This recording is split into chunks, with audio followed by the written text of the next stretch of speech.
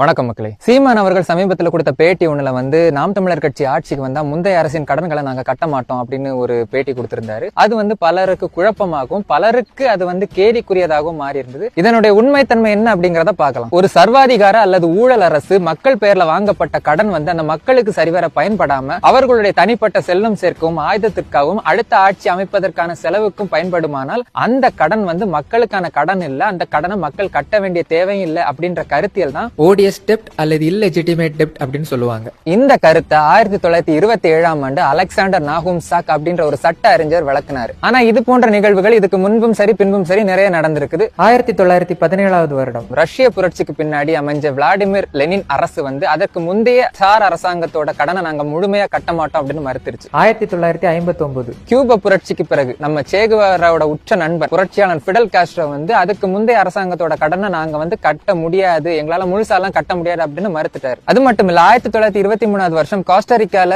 அதுக்கு முன்னாடி இருந்த சீன அரசாங்கத்தோட கடனை நாங்க கட்ட முடியாதுன்னு அந்த அரசு மறுத்தப்போ அது சர்வதேச அளவுல ரத்தாச்சு. ஏன் சதாம் ஹுசேன் ஆட்சிக்கு அப்புறமாட்டு ஈராக்கோட பல கடன்கள் ரத்தானது. மொத்தத்துல மக்களுக்கு பயன்படாமல் அடக்குமுறை அரசால் எடுக்கப்பட்ட கடன் அது மக்களுக்கான கடன் அல்ல அப்படின்றத அந்த ஓடிஎஸ் டெப்ட் அல்லது இல்லெஜிட்டிமேட் டெப்ட் இதைத்தான் சீமான் முன் வச்சாரு. ஆனா கலாய்க்கணும்னே விருப்பப்பட்டு பாக்குறவங்களுக்கு அது எந்த அளவுக்கும் புரியாது. சரி, இப்படி செய்யறதுனால எதிர்வினை நடக்குமானா நிச்சயமா நடக்கும். வெளிநாட்டு நிறுவனங்கள் வங்கிகள் இங்க ஏற்கனவே முதலீடு செஞ்சவங்க அல்லது முதலீடு செய்யணும்னு எண்ணத்துல இருக்கிறவங்க யோசிப்பாங்க அல்லது முதலீடே செய்யாம போயிருவாங்க. இதனால பொருளாதாரம் பாதிக்கப்படுமே அப்படின்னு உங்களுக்கு தோணலாம். இங்கதான் தமிழ் தேசத்தினுடைய அடிப்படையே இருக்குது. அதுதான் தற்சார்பு பொருளாதார வாழ்க்கை. தற்சார்பு பொருளாதாரம் தமிழர்களுடைய அடிப்படை வாழ்வியல். நமக்கு தேவையான உணவை உற்பத்தி செய்து நமக்கான பொருளாதாரத்தை நாமளே கட்டி எழுப்புவதுதான் தமிழர்களுடைய தற்சார்பு வாழ்வியல். இந்த தமிழ் தேசிய கொள்கையில் செயல்பட்டுக் கொண்டிருக்கும் நாம் தமிழர் கட்சியினுடைய செயல்பாட்டு வரைவு ஒண்ணு விட்டுருக்காங்க. ஆட்சி செயல்பாட்டு வரைவு. அது எத்தனை பேருக்கு தெரியும்னு கூட தெரியல இப்படி ஒண்ணு வந்திருக்குது அப்படின்னு. இணையதளத்துல இருக்கும் எடுத்து போய் பாருங்க. 462 பக்க செயல்பாட்டு வரைவு. ஆட்சிக்கு வந்தா என்னென்ன பண்ணுவோம், என்னென்ன திட்டங்கள் இருக்கும், அதை எப்படி எப்படி செயல்படுத்தும், மக்களுக்கு அதுல இருந்து என்னென்ன பயன்கள் வரும், எப்படி வளத்தை வச்சு மேம்படுத்தலாம், எப்படி தன்னிறைவு வாழ்க்கையில நிறைவு அடையலாம் அப்படின்றத பல பக்கத்துக்கு கொடுத்திருக்காங்க. நீங்க எந்த பக்கத்தை எடுத்தாலும் உங்களுக்கான தகவல் அதுல இருக்கும். இதே மாதிரி 2016லயும் விட்டுருக்காங்க. ஆனா நம்ம தான் அதெல்லாம் கவனிக்காம என்னத்தெல்லாம உளறிக்கிட்டு இருக்கும். இந்த ஆடு மாடு வளர்ப்ப பனை தொழில் எல்லாம் கேவலமா பேசிட்டு இருக்காங்க. ஆனா பால் பொருளாதாரத்தை வச்சே நம்மளுடைய நாட்டை தன்னிறைவுபடுத்திடலாம். தற்சார்பு பொருளாதாரம் சாத்தியமா அப்படின்னு கேட்டீங்கன்னா சாத்தியப்படுத்தி காட்டிய மாமனிதன் ஒருத்தர் உண்டு. தன் நாட்டு விடுதலைக்காக உள்நாட்டிலே அமைந்து கொண்டு போரையும் நடத்தி கொண்டு தன் நாட்டிற்கான பொருளாதாரத்தை உள்ளிருந்தே கட்டமைத்து தற்சார்பு பொருளாதாரத்தில் தன்னிறைவு கண்டு